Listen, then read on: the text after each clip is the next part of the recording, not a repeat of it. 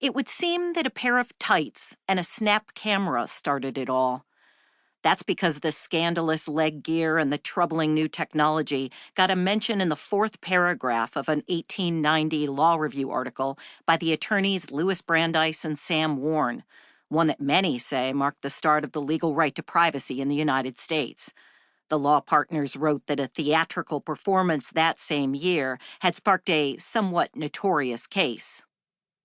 The story goes that Marion Minola, singer, actress, and star of Broadway's Castles in the Air, wore gray silk tights as a provocative part of her art. Tights back then set tongues wagging. They had a sensual cling at a time when women wore thick dresses that plunged to the ground and sashayed around there so that no one much knew what shoes looked like either. Tights on a stage actress allowed men to see the curve of her hips to her toes.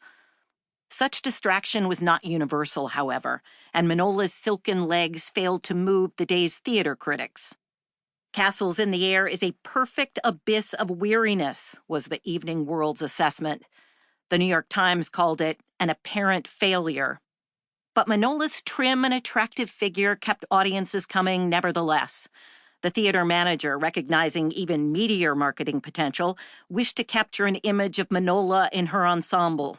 "She is my chief soprano," was his public explanation. Newspaper headlines from Friday, June 13, 1890, made clear that Minola absolutely positively refused. New York, "She won't be taken in tights."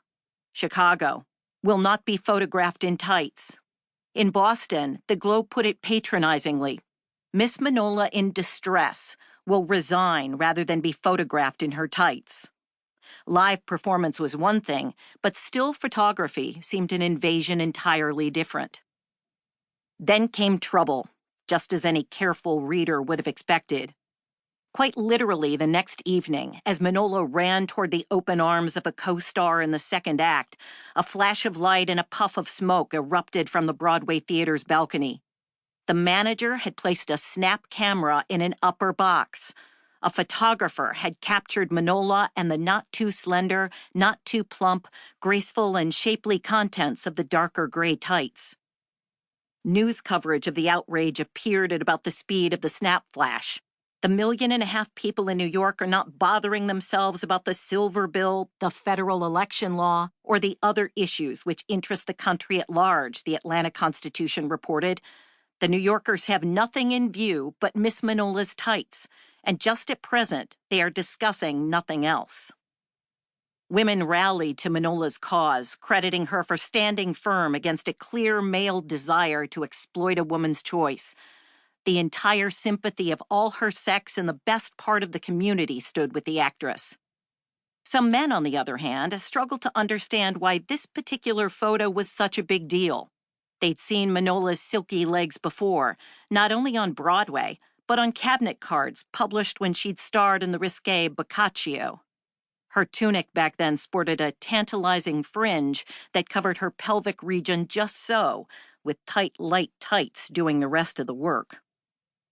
We'll never know what Minola's legs looked like during her Castles in the Air performance, however.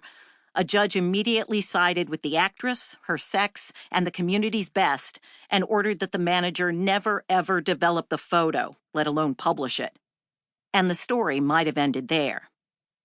But the idea of that personal invasion fit perfectly into a narrative building in the mind of attorney Sam Warren back in Boston. Warren saw a different sort of marketing potential in Minola's legs. The viral tale could help support his call for what he called a newfangled right to privacy. This was solid proof that cameras could, and people would, capture embarrassing images from real life far beyond the woodblock portraits that already tormented the rich and powerful so.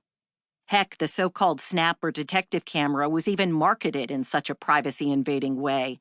Ads promised that it could record the countenance and pose of an unsuspecting victim who would be unaware until it was too late.